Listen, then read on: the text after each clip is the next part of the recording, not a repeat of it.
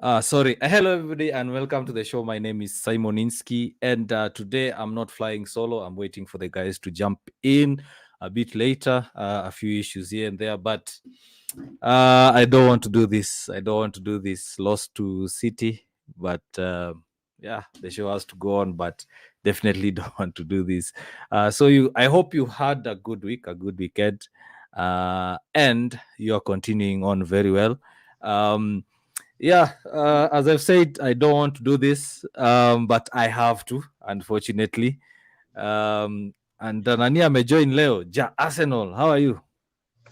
Poa sana ni aje? Fiti. Poleni nimekuwa away kwa muda.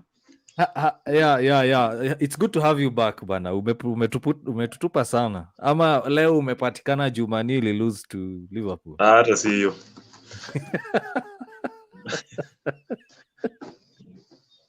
Karibu sana. So it's good to have you back, man. We are still waiting for Steve to show up. He's running a bit late, and we'll have a few more guys joining in later in the show. So where do we start? Let's start with the weekend results. Manchester United lost to Manchester City 2-0 at Old Trafford. A very embarrassing loss. We'll talk about that. Then you have Norwich winning against Brentford. Brentford have been on a bad run of late after starting the season quite well. They are on a bad run. And Norwich much later, sacked their coach. I wonder why United haven't sacked their coach. Chelsea having a 1-1 draw against Burnley at Stamford Bridge, dropping points. Crystal Palace winning 2-0 against Wolves. Crystal Palace are having a good run under the new coach. Brighton, Newcastle going out on a 1-1 draw. And then we have Arsenal beating Watford 1-0. 10-man at Watford 1-0. Everton drew 0-0 against Tottenham. That is Antonio Conte's first game back in the Premier League. Then you have Leeds Leicester ending in a 1-1 draw. Very interesting goals and good goals scored in that match.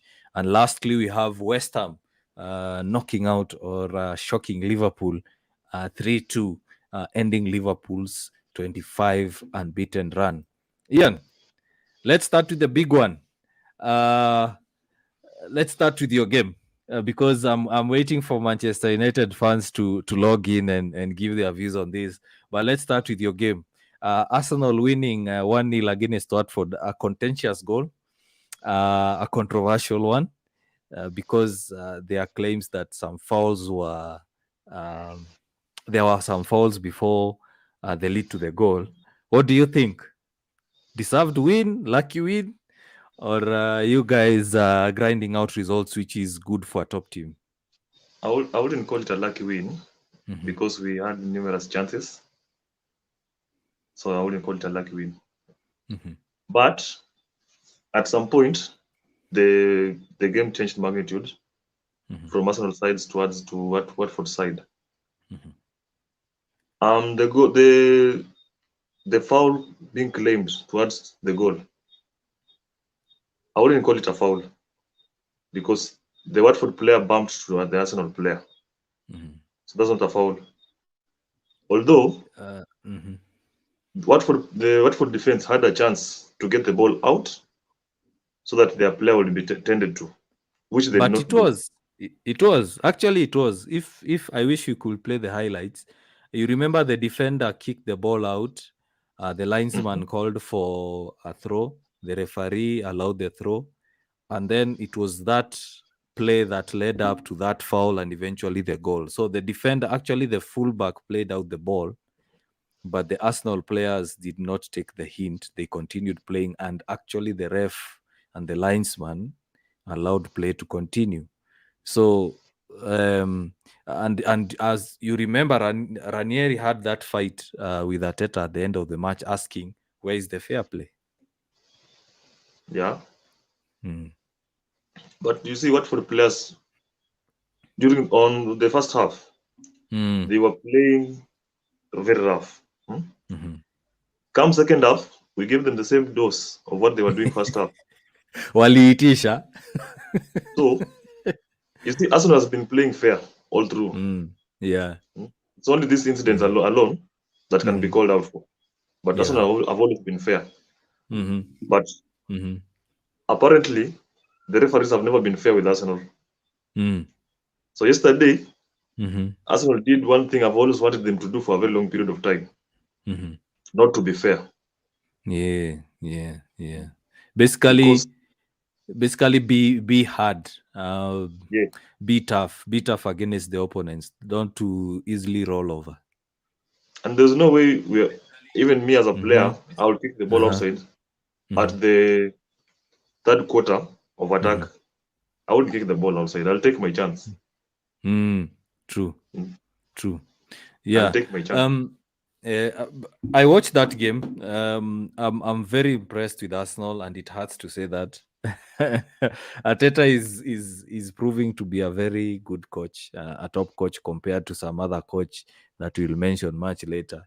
I watched that game, and they are Arsenal have the belief. Unaona yani vile Arsenal wanacheza, he has brought about a bit of belief, a bit of swagger. You can see them stringing passes. You can see them fighting to get the ball They are back. I working hard. remember there's a time that um, a Watford player got a chance to counter the ball, and he had 4 or 5 players following him, and they crowded on him, and he was even unable to make the pass. Of course, there are a few instances where the defense was a bit shaky, a bit open, and Ramsey had to come out. Na kuna hiyo time, was it Joshua King almost scored from a narrow angle? But you look Yeah, at how they recovered that, how that recovery run was made. It was spectacular. As in, unaona the players are fighting and they are playing for the coach. Is that something that was lacking at the start of the season? And after those poor runs, those 3 games, Arsenal players felt that it was time to change. what Arteta did Mhm. is to get the right people to do what he wants. Mhm. That's what he did. So the runs he's having is because he has the personnel Mhm. that believes in his style of play. Yeah. So he has that personnel. That is what was lacking on the first 3 games. Because if you look like at the Arsenal defense, Mhm. is a total shift from what was Yeah. there during the first 3 Mhm. matches. Yeah. Because the 4 fullbacks are all new, Mhm. apart from Gabriel Magalhaes, Mhm. because he was out with injury. But the Yeah. the 3 plus the goalkeeper, they are all new players to Arsenal. Mm. So plus Gabriel, so he's getting what he wants. Gabriel. Yeah. His style of play is coming Ukweli. out, how he wants them to Yeah. play. So And you can and see the team spirit, you can see the fight in them. yeah. They are working as a team. That is something that has been lacking in Arsenal. Mm. Arsenal used to play sluggish, but right now you Yeah. can see people running because that's what Arteta wants. He doesn't want Mhm. players just in the field. He wants everyone running. Mm. Mm. You can Yeah. see Aubameyang is also running because that Mm. is what is needed from him. Mm. So Mm. everyone is running. Everyone is playing for the manager, for the team. Mm. Mm. I think Arsenal right now, if you see them play, they want to win. Mhm. Mm. They try so much. If they can't score, they protect their lead. Yeah. We've Yeah. had like Yeah. three clean sheets of 1-0. Mm. You see, that's narrow, but Mm. you can see from the players, the message they're sending home is we want to win this. We want to keep this clean sheet. The goalkeeper has Yeah. been Mm. Mm. the goalkeeper has been outstanding. Yeah. Apart from the one error I saw yesterday, which was not his, but Mm. Ben Mm. White's. Yeah. Yeah. So the team is trying. The team is playing. Everyone, and even if you see the subs he makes when a sub comes in, Mm. you won't notice the difference too much because they all know what is the intended of them. You come in to help the game, not to bring the game down. So when a sub comes in, he raises the game up. Mm. That's what has been lacking in Arsenal. But what I'm seeing right now, them do. Mm. We are going to play Liverpool. That's a totally different Yeah. team from what we've been playing. Mm. Mhm. So this is Mm. the game we're going Yeah. to gauge what Arsenal is, Yeah. True. True. True. because they are That's playing a true. different style of play, unlike what we've been playing. You give Liverpool space, they dominate the space. They use the space, their speed, They can make long passes. They can make short passes. They can sprint. They'll decide when to do something. So it's going to be a different game. Liverpool like keeping the ball. And they like pressing. It'll be interesting. Yeah. Actually, I think it will be interesting because Arteta has set up a team to do the full press. Klopp has set up his team to do a gegenpress, heavy metal football. It will be an interesting match to watch because I know right now, if you look at the likes of Emil Smith-Rowe, you look at Bukayo Saka, you look at Aubameyang at the moment, they are playing somewhat of a front three. I saw that when you guys are attacking, you're attacking in somewhat of a front three, which is interesting to watch. So it will be that match. Actually, I'm waiting for that match because it's a match that itabidi tuone the sort of football that we've not seen for quite some time. You remember if you remember correctly, the match against was it Dortmund versus Ajax, the first leg match? Yes.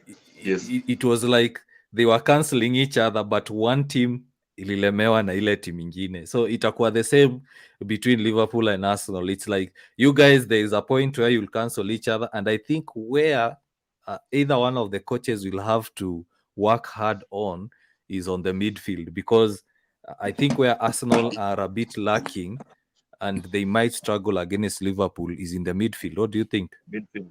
Keeping the ball. Yeah. Wewe hapana join hapa nini call alafu unaanza kuongea huko nyuma. Mute bwana. Iko nini? Karibuni sana Steve, karibu Jayala Simba.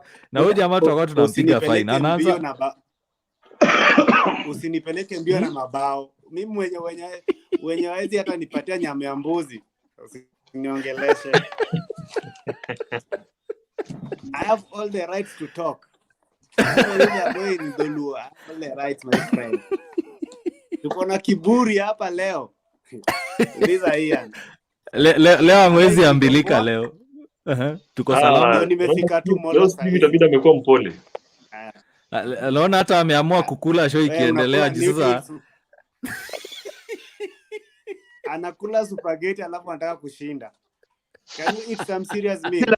Juu ya mtu mmoja.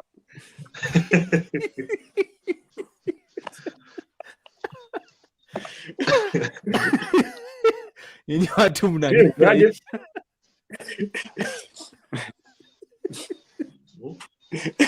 Ama umesema unasalimiwa leo, hata kusalimika leo. Steve. Hapo salamu tuakie huko top 5 eh? Alikuwa na meza. Hi guys, poleni nimechelewa. Naona bante inaendelea sana. Sijui nitoroke tena kidogo. Hapo nirudi tena, sasa zile watu wanaadabu kidogo. Ati anauliza if you are still mourning. Mourning for what? The loss. I knew we would lose. Hawezi mourn kitu unajua. Kifo yenye unatarajia ikushtui sana. Ulikuwa unatarajia? Hadi leo una nguvu ya kuvaa vest. Kuna baridi huku. Sasa leo sijui Steve atavaa nini juu last time alivaa jazi ya ilikuwa Friday ama Monday, ulivaa jazi ya Roma. Sasa Roma pia ilipigwa. Sasa huwezi vaa jazi ya Man U, huwezi vaa jazi ya Roma. Iko wapi ile placard ya all out? Iko wapi? Sawa, tumeona. All out. Sawa. Anyway, welcome guys. Let's continue. We were talking about the Arsenal game. So we were just highlighting about how Arsenal will set up against Liverpool, and I was asking Ian about how the midfield will be set up, because both teams press. Arsenal employ a 3-man press and a high press. Liverpool also do the same, but Liverpool have that high metal sort of pressing where they don't give you an inch of space and they make sure they choke the midfield. So, Ian, how do you think Arteta is going to sort out that midfield battle? If he plays the way we played against Tottenham, we are going to have a good match, because games are won in the midfield. If we play how we play against Tottenham, getting to them before they try and get them, they stream the passes, so we get to them in time, and hard play, like what West Ham did yesterday. West Ham were playing a hard game and trying to cut off the passes. So that's the only setup he can. And I think he'll have to use Partey, a midfield of 4 that can break to attack, but also defensive. We have to be there. So a 4-2-3-1 for me a 4-2-3-1 will be good, with Partey and Lokonga for the 2. Then a front 3 of Saka, Emil, Smith Rowe. I would wish he uses Aubameyang on the wing, left attack, and Lacazette frontman alone. But I know he wouldn't do that because he's a traitor. I think he will do that. I think for this game, he will play the experience one. But anyway, I don't want us to focus so much on the preview. I want us to focus on the review. And Asimba, I want your thoughts on the Arsenal match before we proceed with the other matches. What do you think about that match? The match we played yesterday, or the Liverpool match? Mbona unauliza the match you played yesterday? You did not play over the week. You did not play Champions League or Europa League, my friend. Stop asking at which match. Talk about what? Now, at least I give you something to smile about. Because you don't have point. You can't attack me from any. The only thing you can talk about is Champions League, which are just a participant. Okay. Talking on the match we played, but it was a good match. Squad na pressure. I know some other quarters had pressure, and I was thinking we are going to have 2 goals, but again we played well, and there's some quarters I was thinking that there was an offside which was not an offside.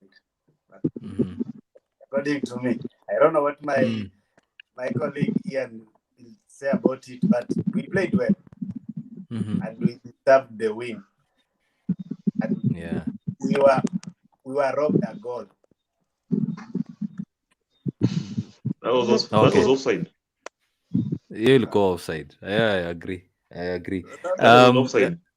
Yeah, remember, guys, post your comments in the comment section below, and you shall get to read them out. It's an interactive show. It's not just us speaking. We also want to hear your views. Ukiwa pale nyumbani ama kwa jam ama ukiwa jikoni ukipika kasima hivi. Yeah, sasa because we have all the fans here now, mafans wote wa Man U na Arsenal hapa. Let's talk about the Manchester derby. Simon, before you continue, I want to explain something to Jael about the offside. As much as the goalkeeper was off his line, there was a player there was a last player, so the goalkeeper played like the defender. So Bukayo was offside because the last player behind the goalkeeper is treated as the goalkeeper now. True. Yeah. He's treated as the goalkeeper. So if the goalkeeper is off the line and there's a player behind the goalkeeper, the player becomes the goalkeeper. The goalkeeper becomes the last man. So Bukayo was in front of the last man when he was given the pass. So it automatically is an offside. We don't judge the offside regarding the player, regarding the goalkeeper. The offside is judged regarding the last man. Before the last player. Sijui kama mmenipata? Yeah, I totally get you. I was judging the offside with the goalkeeper. Now nimekupata. Sawa. Umezoea ile offside ya goalkeeper wewe. Ile offside yenye last man ni goalkeeper, hiyo ndio umezoea. Na sasa ndio hiyo. Unajua Arsenal apart from just fans, we have learned colleagues. Unaona tunasaidiana. Na okay. Si kama mkichapwa wengine sasa wanakuja na billboard na blackboards kwa show amevaa.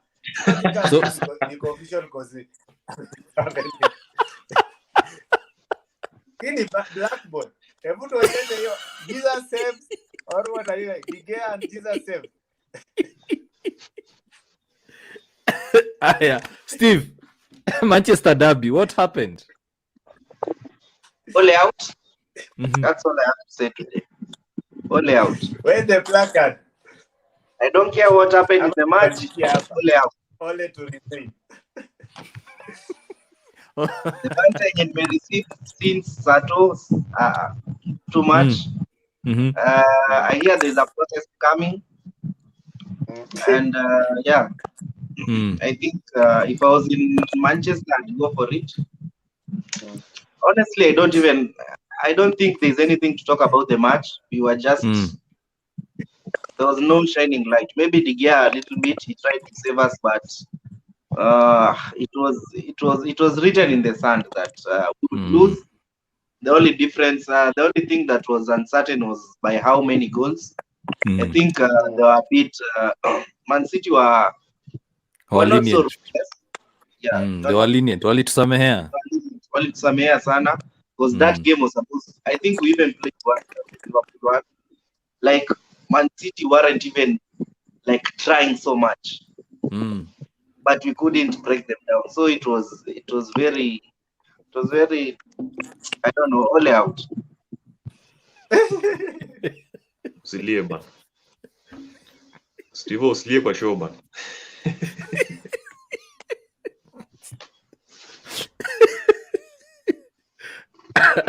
You know, I usually don't rant, but today I'll rant. I'll rant because I've been a lifelong Manchester United fan, and I can tell you for a fact, ever since I can remember, I haven't seen a performance like that. Sijawai keti chini kuwatch game yenye nikaona performance iko hivyo. That's the first time I've actually watched an embarrassing display. Losing 6-1 to Tottenham was nothing. Losing 6-1 to Man City during Fergie's time was nothing. Being beaten by Arsenal, nothing. Being beaten by Liverpool 5-0, that was embarrassing, but not as embarrassing as losing to City the way we lost. City played on Wednesday, and then they played us on Saturday lunchtime. Ole Gunnar was on record complaining that it's not fair for a team to play in the Champions League away on Wednesday and play a lunchtime kickoff in the Premier League. And then Pep didn't even make a sub. Manchester United made 4 subs. 4 subs. And Pep didn't even play a sub. And then you look at the Man City players, they were leaving the pitch laughing. They were actually laughing like at our Hemi. They are not even tired. So, I mean, it's so frustrating to be a Manchester United fan at the moment because the board is incompetent. They can't make a decision. Ole is learning on the job. We were singing Ole at the wheel, but I think his job is done. His job was to steady the ship. He needs to go. You look at the players, they're half interested. You have the captain coming out and saying that we didn't have the belief. You're the freaking captain coming out to tell us that you didn't have the belief. And then you're looking at the captain. What has the captain ever won? And then he's the captain of the likes of Varane, Cristiano, who've won Champions League and European titles, and he's the captain. Manze, yani, I don't even know how to call our club. Cristiano the captain. No, yeah, even if you don't give to Cristiano, give at least to someone like Bruno. He has won trophies. He understands what it entails to win trophies. The club is at shambles at the moment. I usually keep my calm, but this time round, mezidi. At time, yeah, I'm with Steve. If I was in Manchester right now, ningeenda ni kwa huko kwa kino yale nikate hiyo matawi ya mandizi niende nayo huko Old Trafford nikishika hivi nikisemanga comrades power haki yetu. Man, it's embarrassing. Yani imefika mahali unapigwa banta, yani ni kama hata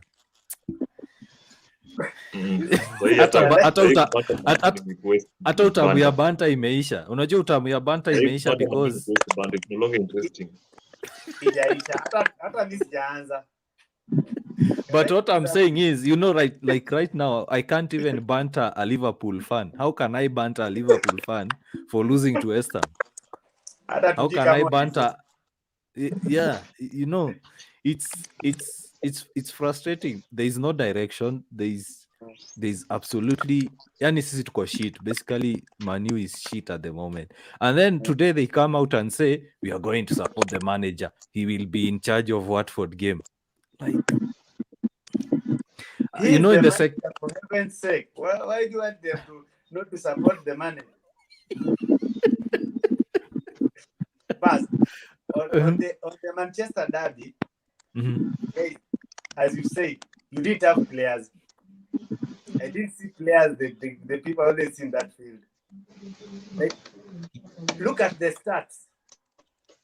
Just tell me even a single statistic that Manchester had anything, or a Manchester player that apart from De Gea. In fact, there's a time De Gea had more touch on that ball than any other Manchester player. Like it was De Gea versus other, like it. What do you call it? 11-1. 11v1. You know, it's shocking that at De Gea David made two saves. No, is it? Yeah, one save out of 2 shots on target from Manu. Yes. It's yani I don't hata Steve anajua anashindwa kuongea. Let me just make. Did you see the reaction of Ben after the own goal? Like this. Yes, Steve, let me just give you guys stats of that game to show how rubbish it was. Possession. Yes. Possession 68 by 32. Shots on target, we had 1 the whole game. I think it was the Ronaldo one. Yes. They had 5. And they don't have a striker. Remember, Man City don't have a clear-cut striker. And they had the 100 million man on the bench. Yes. Shots. We only had 5 the whole game. They had 16. Go to touches. They only had 547. They are 977. So that's almost double the touches. Yeah. When it comes to passes, we're only able to pass 400 times when they passed 832 times. That's even more than double us. Another thing that was crazy, clearances. They only cleared the ball 5 times. We cleared the ball 22 times. Bruno was playing like a left back. I can't even, like, these stats are crazy for a game that Man City didn't even try so hard. You know, if Man City would say that, wow, we were beaten by a better team, like those guys were just like doing training exercises at Old Trafford. I bet you what, that's the first training session to have 75,000 plus fans watching. And yet the guy is still there, seated comfortably. And there are guys that on the board actually backing the guy. Yes. Yani kuna watu kwa board wamekaa chini wakasema no, after seeing these stats and the game tuna lose, tuna draw, this guy is still KO. But how can they look at stats? How can they look at stats and 90% of the board, 90% of the people running the club are bankers, are business people. As long as the club is making money, they don't care what's happening on the pitch. Let me ask you this. Okay, yeah, trust the process. But yeah, let me ask you this. and I want an honest answer from you as a football fan, not as an Arsenal fan. Do you think right now we have Aston Villa, Norwich, who have sacked their managers? Do you think right now they would approach Manchester United and say, we want to take Ole? Honestly, no. That tells you something. That tells you something. And these are I can clubs. assure you- Remember, Tottenham sacked their manager after 3 months of appointment. No, Aston Villa got points away from Manchester United. They sacked their manager. Crystal Palace, the same. So you look at that. You look at which other top club, which other small club. Even right now, Gary Neville is saying that the club needs to back the manager. Would Gary Neville appoint Solskjaer at Salford? No. No. Because you see, stats, they speak for themselves. What has he won for the last 4 years? He has been at Manchester. Nothing. Nothing.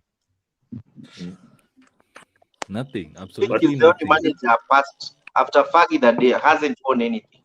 The only manager, and all the other Only managers manager. they say they are worse. But Yeah. I think he's the longest serving right now. Yes, he has The surpassed Ferguson. Mourinho. Yes. He has Yes, after surpassed Ferguson. even Jose Mourinho. Mourinho, Yeah. and he hasn't won anything. And I think when it comes to backing, I think he's the most backed manager of all the 4 that we've had since. Yes. So I don't know. There's no excuse that anyone can tell me to say that Ole should remain, even for the Watford game. He doesn't deserve to. Trust the Actually, process. Steve, ngoja akaekae tucheze na nyinyi kwanza. Trust the process. Ona. Achujwe job sahi lakini aserve notice until end month. Trust the process, my people. I can only say that. and one thing that I think when he gets sacked, the whole technical bench and everyone, from the goalkeeper, from the defensive coaches, from all the behind the what. Well, there is a statement that has come out today in the late afternoon, saying that Manchester United are working to extend the contracts of Michael Carrick and Kieran McKenna.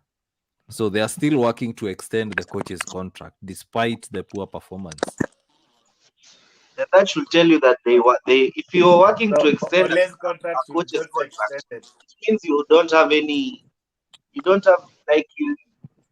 I don't even know. Because if a new manager comes, I can assure you he'll not work with them unless he's not a serious manager. If we get a serious manager, Carrick and the rest are gone. Because any manager will I don't think he'll want to work with maybe one will remain just for maybe Carrick, but the rest I don't think they'll survive any other manager because they've shown that they are incompetent. You know when Arteta went in to Arsenal, I didn't hear Arsenal guys saying or even Ian hapa akisema he's not playing the Arsene Wenger way, he's not playing the Arsene Wenger way. But at Manchester United, you're still hearing we need to play the United way, we need to promote youth, we need and you look at that, he bought Jadon Sancho for 73 million. He has Van der Beek, who are relatively younger players, and they are not getting chances. He bought the likes of Ahmad Pelistri. He has the likes of Elanga, and he's not giving them chances, even in matches that they will get chances. An example is the West Ham Carabao Cup game. It's the same. He made 11 changes, but out of those 11 changes, how many youth players were there? Flip now to Arsenal. Look at Arteta, Emil Smith-Rowe, Bukayo Saka, and he's not playing the Arsenal way. Or Ian, is there an Arsenal way that Arteta is playing? Because I mean, he has set up the club and tactics the way he wants to play. The Arsenal way went with Wenger. Right now, Arteta has a different tactic from what Wenger had. It's absolutely different. Because nowadays, even we don't possess the ball that much, like we used to. We will lose a match with Wenger, but we had the possession. So I think what's ailing Manchester United is this United way that people wanted to keep in the club. Football is changing. Times are changing. There's a new style of play. Money is coming into the game. So there's no way you'll stay in the United way. Things are changing. Ole Gunnar has to have his own tactics and use his own tactics to stop the Ferguson tactics. Ferguson had his style of play with the right personnel for his job. Ole Gunnar has a different personnel from what Fergie had. So he has to have his own way of reaching to players, his own way of getting them to do what he wants them to do. True. And if there's a player that feels like he cannot work within the manager's perspective of the game, then he has to be shipped out. Arteta shipped out Ozil. He was on the verge of shipping out Lacazette. Because and I hear he wants to ship out Pepe. Pepe is an absolute shit. Yeah, I heard he wants to cut his losses and sell him. Yeah, I agree with you, because let's look at it, Steve. When Ferguson came in, was there a United way before? The only United way that was there was promoting youth. Ferguson came from Scotland, no attachment to Manchester United, and he developed his own playing style. He developed his own coaching philosophy and won all those trophies. Look at Klopp. Klopp is not playing the Liverpool way. Klopp developed his own style, came with it from Dortmund, Germany, and now they are winning trophies. They are winning matches. Look at Pep. Was there a Man City way before Pep came to City? Was there a Tuchel way or a Chelsea way? I mean, we are still, and one of my colleagues at work today told me that you guys will always lose as long as you are holding to that history. As long as you are holding to that history that we won 20 titles, we won this because of the United way, we will always lose. Because instead of the board, instead of the people at the top looking for a coach that can win trophies, they are looking for a coach that can play the United way. Look at Mourinho.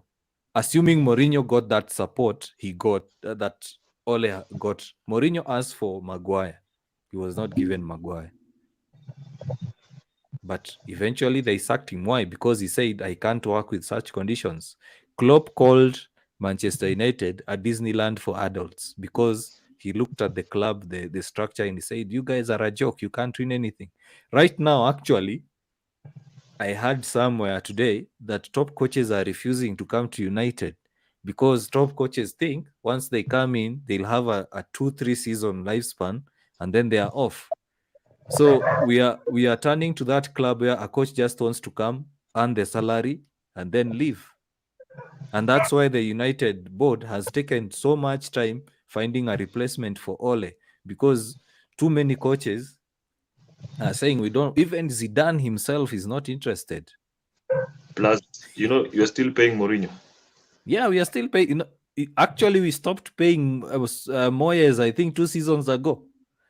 So we stopped paying Van Gaal last season. If Ole has to go, you'll now be paying 2 managers who are out of your club. Yeah, that's the thing. But at the end of the day, as long as the club is making money, they don't care what is happening on the pitch. I actually bet right now that Kariobangi Sharks can beat Manchester United.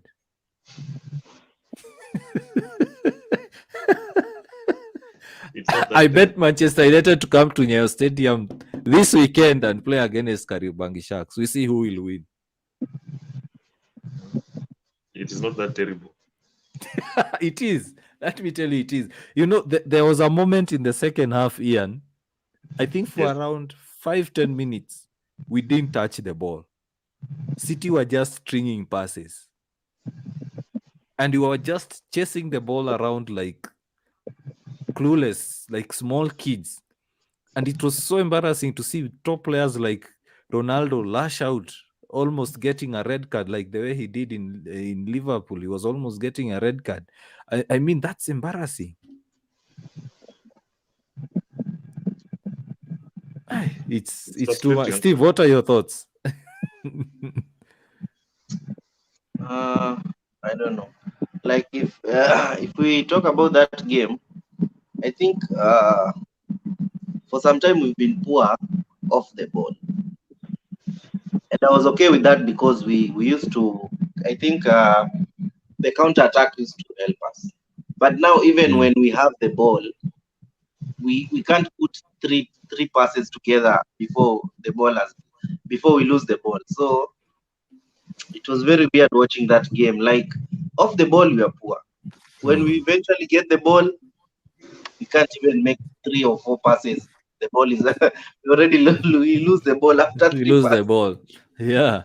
So I don't know. Like there's either I don't, because I've been trying to think and say maybe it's the players who are not working as hard as they should, but it's hard to go past because these are the same players we had last season, plus more quality.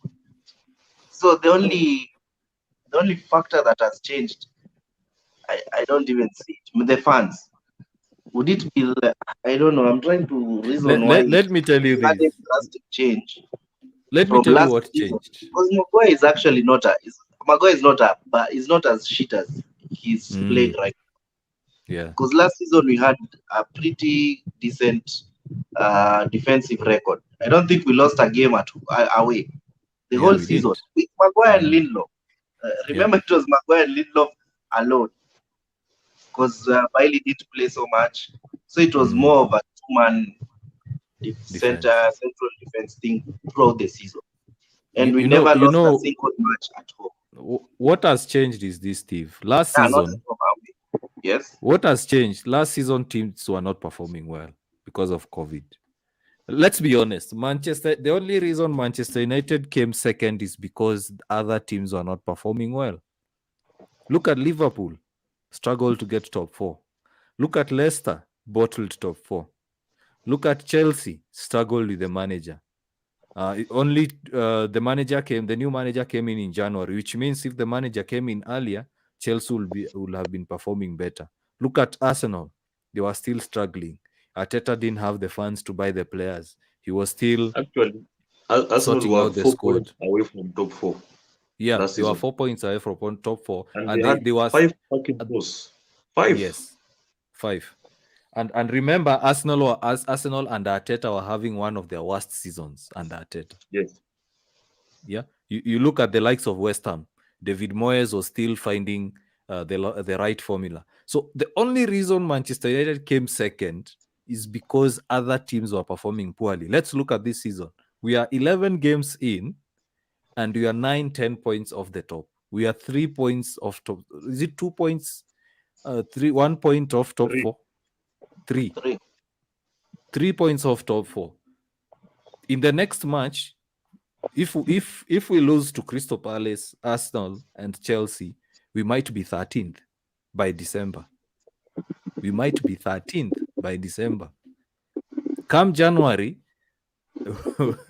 who knows? We might be 15th, 16th. Remember when Mourinho was sacked, we were 14th. So you look at that, and as people keep saying, we finished second last season, he did well. No, he did not do well. He only did did well because other teams were shit. To all due respect to other teams, but other teams are not performing well. It's the same team, yes, with only a few additions. Then why buy all these players and not use them?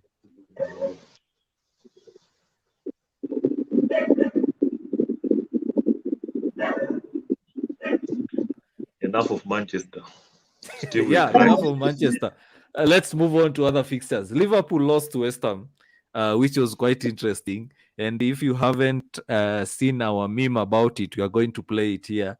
West Ham shocked Liverpool. They were exchanging blows. We are going to play that banter here. Ian, let's start with you as Steve is trying to find his emotions to calm down. What do you think about that match? That match was a very interesting match of the day, actually, Mm-hmm. because both teams played well. It was an attack from both sides. Mm-hmm. West Ham were able to exploit the spaces behind the midfield Mm-hmm. of Liverpool, which they Mm-hmm. did well. Let's talk about Van Dijk. Mm-hmm. Van Dijk did well defensively, despite Antonio being a bully. Mm-hmm. He tried his level best. West Ham attack was splendid. When they engaged Liverpool's defense head on, Mm-hmm. and they got the results they needed. Mm-hmm. Liverpool tried. Mm-hmm. They had a better game than West Ham, but West Ham Mm-hmm. counter attack was superb. Like I said, they were cutting the balls off the the attack. So Liverpool attack Mm-hmm. were not getting the balls. West Ham were able to cut the balls before they get to Mane, before they get to Salah. Look at that Origi goal. Mm-hmm. I think it was a very good goal. Yeah, that guy is usually Simple touch, dangerous on the half turn shot. and the left foot. Mm. Simple touch, shot. Yeah. Those spaces were what West Ham were denying Liverpool. Mm. So Ngoja if you ngoja deny, kwanza. Devi. Ngoja Ndio, kwanza. Devi sasa karibu. poa sana Ali. Mzuri. Wacha kwanza Devi atusalimie Thank you. kabla hii anaendelee. Sema one or two Kuna sentences. mtu ambaye anakaa kama Najua amenyeshewa. unawashwa. Kuna mtu hapa anakaa kama amenyeshewa. Hebu na mambo. Cheki, hata leo sijavaa jezi, yaani naomboleza tu na wewe, yani sijavaa jezi. Sikutaka kuingiza machungu.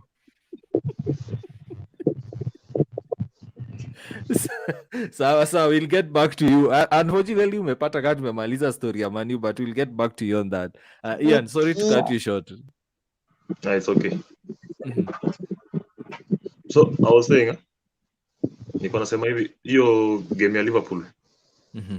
West Ham won the game using the midfield, cutting off the balls off the Liverpool attack. Mhm. And Declan Rice, that boy is good, man. Mhm. Superb. Everything. Clearance, tackles, everything is being perfect. Actually, he's the best right now midfielder with the best records in the Premier League this season. Yeah. He has the best records, the best midfielder this season. Accuracy in passing, defensive wise, attacking wise, he's the best at the moment. And you could see how he won the game for West Ham. He carries the ball, get the through pass. Bowen, superb, physical, Yeah. and getting the right passes. Antonio, very physical. You can't even notice Antonio was once a defender. By the way, yeah, that shocked me.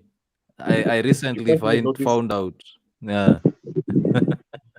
So they are playing as a unit. Moyes has organized a unit that is playing, going forward together, defending together. Because if they lost the ball, you will see all of them behind the ball. Mhm. And when they get the ball, it's counter attack. They were all running. You'll get Van Dijk has like 2-3 Western players. Most times he was able to force the one on the ball outside on the right.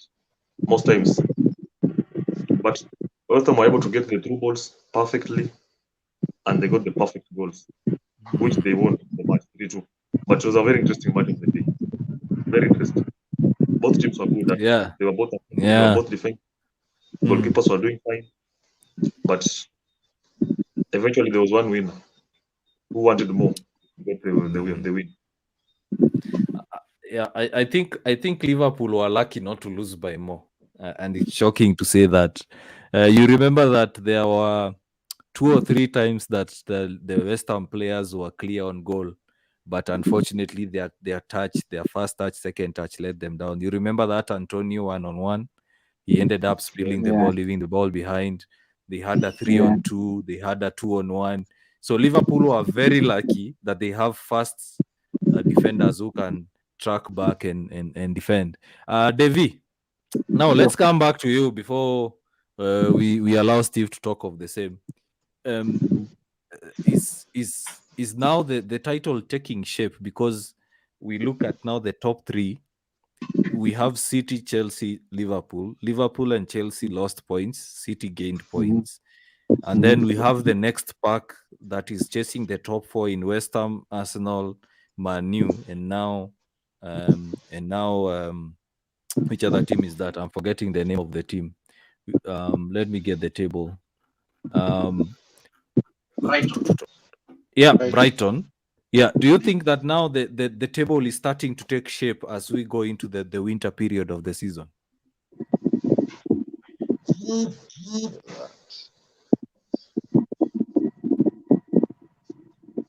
Ama unajibu SMS kwanza?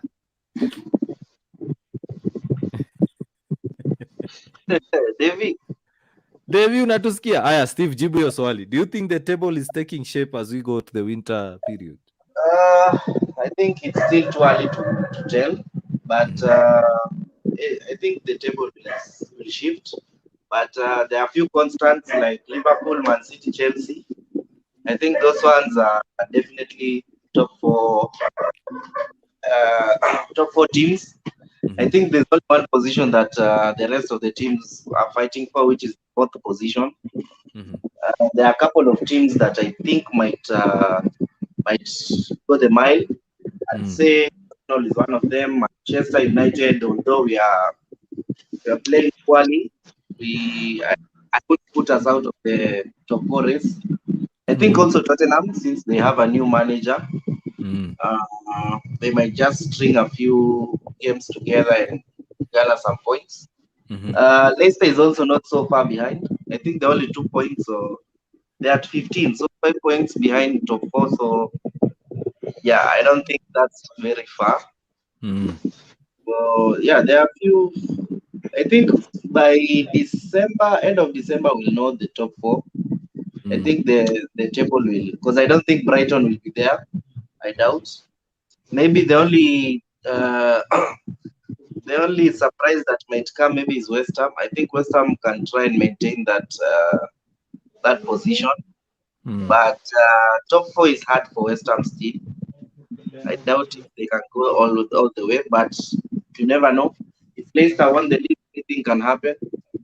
So yeah, I think by mid-December we'll have a clearer picture of the top 6 or the top 4. Yeah, true. Devi, umepotea kidogo. We were asking about naona nikiwaacha. Okay, sawa. Thanks very much, bro. Ian, where can guys find you on social media? You have some good banter that guys should get to know. Ian Oyale Bid. That is Facebook, Twitter at BidIan, Instagram. I'm not sure about it. I don't use that too much. Yo umeachia Maslay Queen.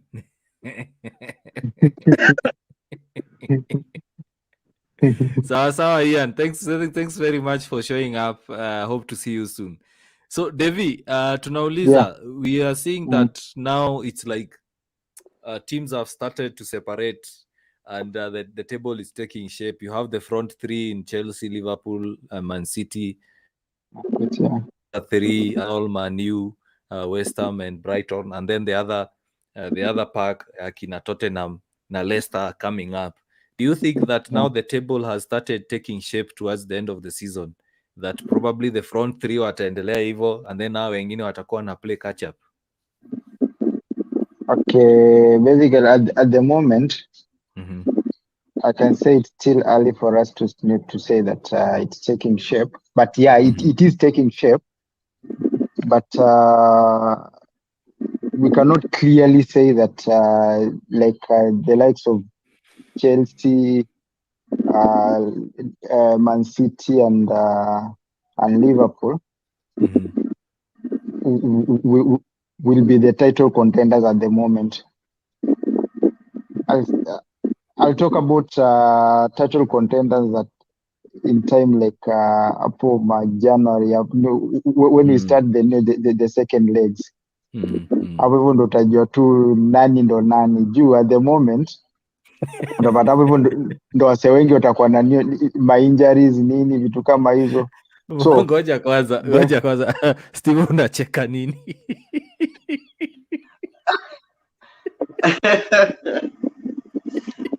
I'm trying to hear what Dave is saying, that we can't say Chelsea, Man City and Liverpool are title contenders, and I'm trying to think which other team does he have in mind that are title contenders. Arsenal bana wanakuja. Arsenal wanakuja na fujo. What title? My friend, I'm number 5. From number 20 to number 5. Where am I heading? By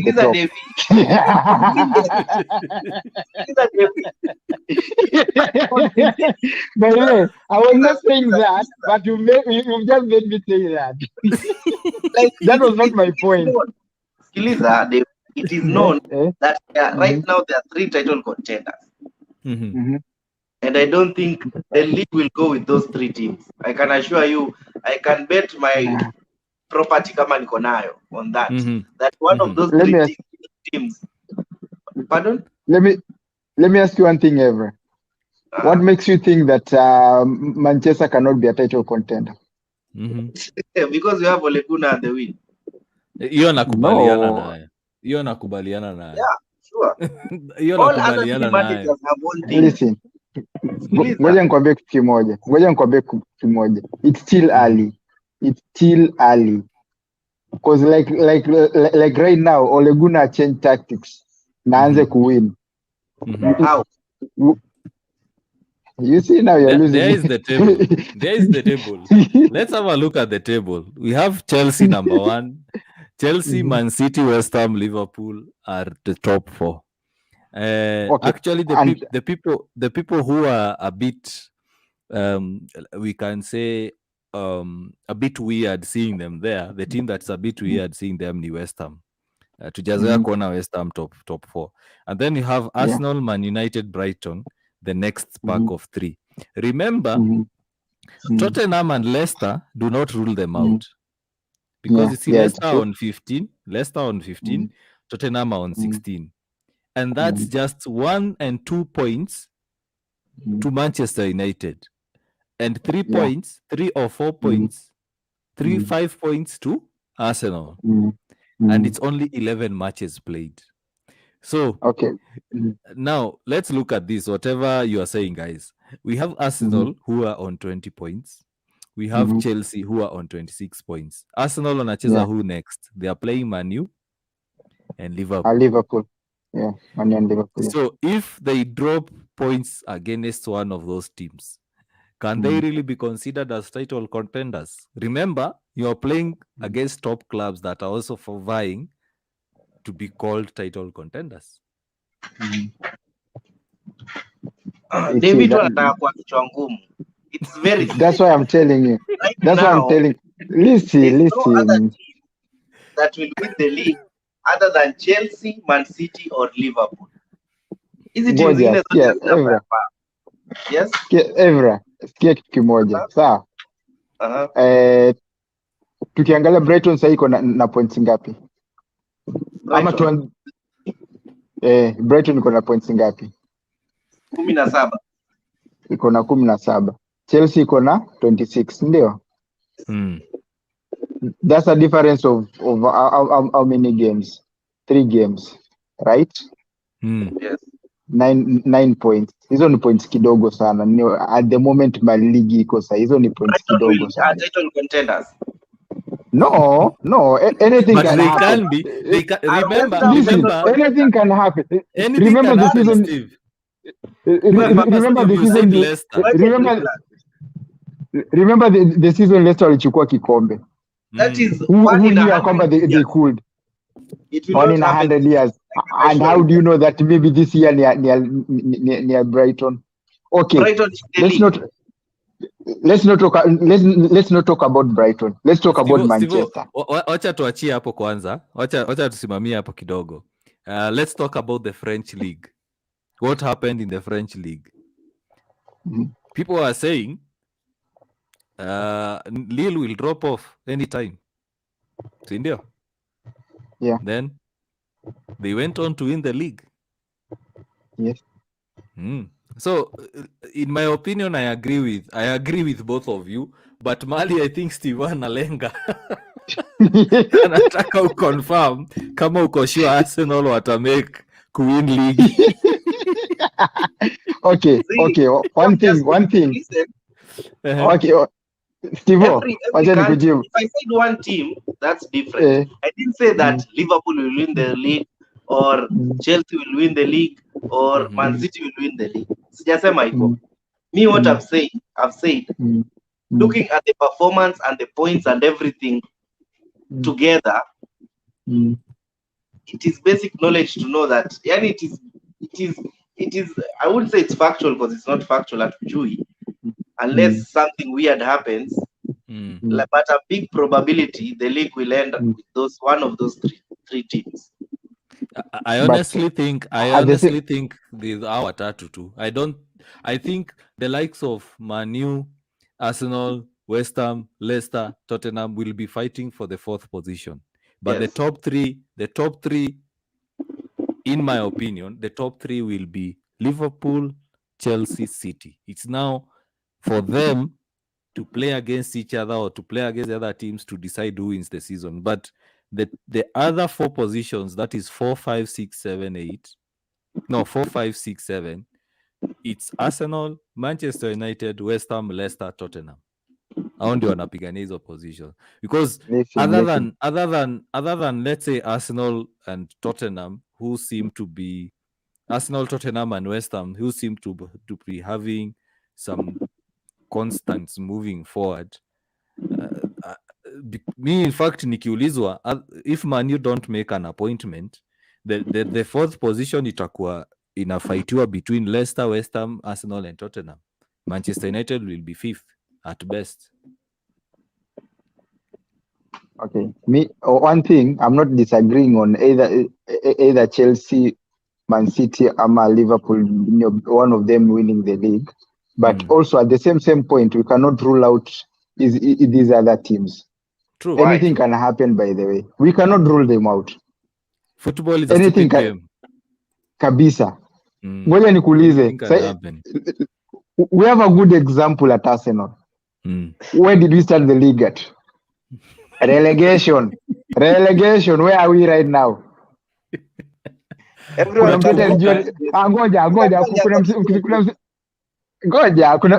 yes, but even game week 3 niko relegation. If game week 15 kama mko relegation, that's a problem. No, game week 3 niko relegation. Seriously, it was still early. I think wase waliwabanta juu relegation mpaka ikaingia kwa kichwa mkaassume your relegation team. In actual sense, it was all banter. Kwa sababu after 3 games, nothing is really still early. Yeah, it's still early. Very early.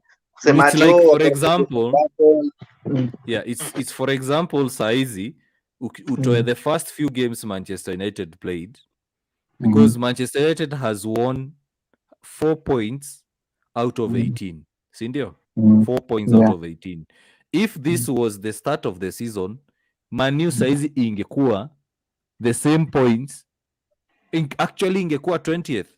Let me share the table again. You see, Manchester United has gotten 4 points out of the possible 18.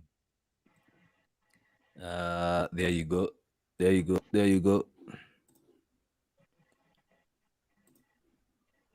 So Manchester United, as you see, has ingekuwa na 4 points. Norwich are on 5, Newcastle are on 5, Burnley are on 8. So if you take this form ya Manchester United, ingekuwa hapa the last team. So all you are saying is, I think and I agree with Evra, tuliwabanta hadi kawaingia kwa akili mkaamini mnaenda relegation, but it was still too early. No. Anyway, Yeah. your Cause discussion tutaendeleza baadaye. We have to end the show. ngoja Guys. We have to end the show. kuna kitu moja siagiri na nyinyi. Sema. One thing I'll tell you for a fact. Before January, before February, never underrate any team. True. I Because agree. at that time ndo sasa unapataga timu ambayo iko na depth. Because like right now I cannot overrule Manu. Mko na depth. The only thing tu mna lose nayo ni Oleguna tu ndo wanapaka. But mko na depth. That's But the real sasa thing. Oleguna ukae ukijua he's there until the end of the season. So But he can change at tactics. best Who no, knows? I don't think. Ngoja nikuulize one thing. Ferguson alianzia wapi? But you know Ferguson what he did, and people don't remember this. Ferguson worked with a lot of coaches. When Ferguson saw that the coaches he has are not performing, he used to sack them and get other coaches. But what is Ole doing? Because they are his mates, because they are former Manchester United club players, there is a sentimental value attached to it. So he decides to keep them. Right now, But, actually, there are people coming out and saying the assistant manager, Mike Phelan, is not even taking charge of training. It's the young coaches who are training the players. So if you are keeping away your senior coach who has worked with Ferguson and knows how to win trophies, you look at even Oleguna, he came under criticism where Mike Phelan is the one orchestrating the team, while Oleguna is watching the game from a tablet. Yeah, I understand. But we both understand that Oleguna's role model is who? Ferguson. Yeah. So but you see, the role model. What makes you think that Ferguson won't advise him? And I'm advised, actually, I even hear that Ferguson has ndio amemtetea pewe more time. But at the end of the day, football has changed. You look at Ferguson back then, he was not given hundreds of millions of pounds to buy players. He took players from the class of 92, total academy players. Football imechange. History ya kusema coach apewe more than 3 years to build a squad. The football has changed. These top clubs can't afford to build a squad with time. That's why you go out and buy players and build a squad. Look at Barcelona. Barcelona and Real are struggling, not because that they don't have players, because the Spanish league is restricting how they can spend. But if they will spend as much as Manchester United and the likes of City, they will have bought all the players that are in the Premier League. Why do you think even coaches are running away from the Spanish league? Is because they are spending limits there. Spending limits zikiekwa Premier League, then we will see coaches now deciding, because we can't spend on players, let's give a coach time to build a squad. But the guy spent 430 million pounds to build. Hii ni squad ya Ole. Hii si squad ya ati Mourinho ama squad ya Van Gaal. Hii ni squad ya Ole. He has built this squad.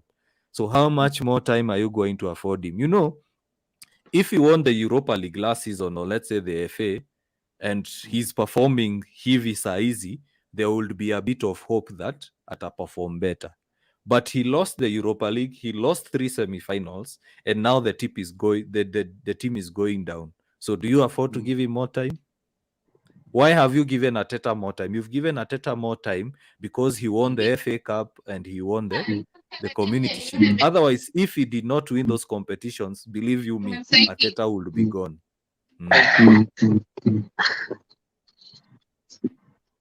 Yeah. So anyway, wacha tuangalie the banters of the week. We did not get any submissions this week, but we have a few that we came on our own. Let's start with this one.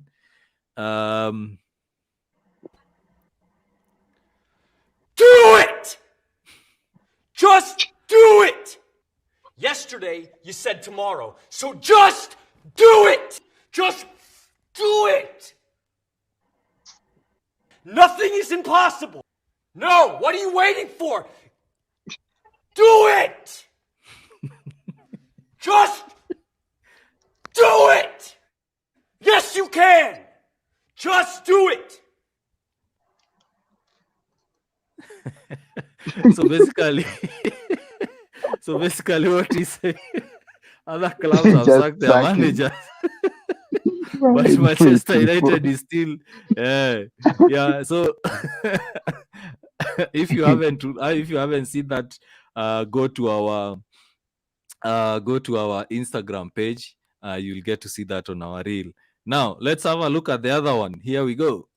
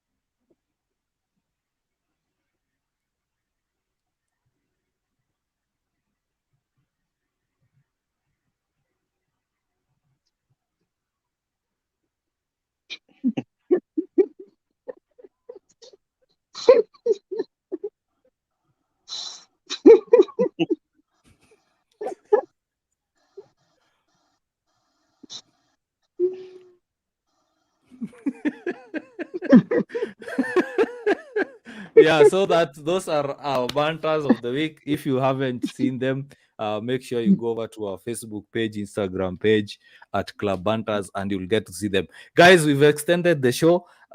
We can do another one tomorrow if you like, but there's a lot to discuss about Arsenal, about Man U, about Liverpool, Chelsea, and we are still yet to get Liverpool and Chelsea fans to come on board and actually be contributors on the show. So until next time, gentlemen, cheers and have a good week. Bye bye.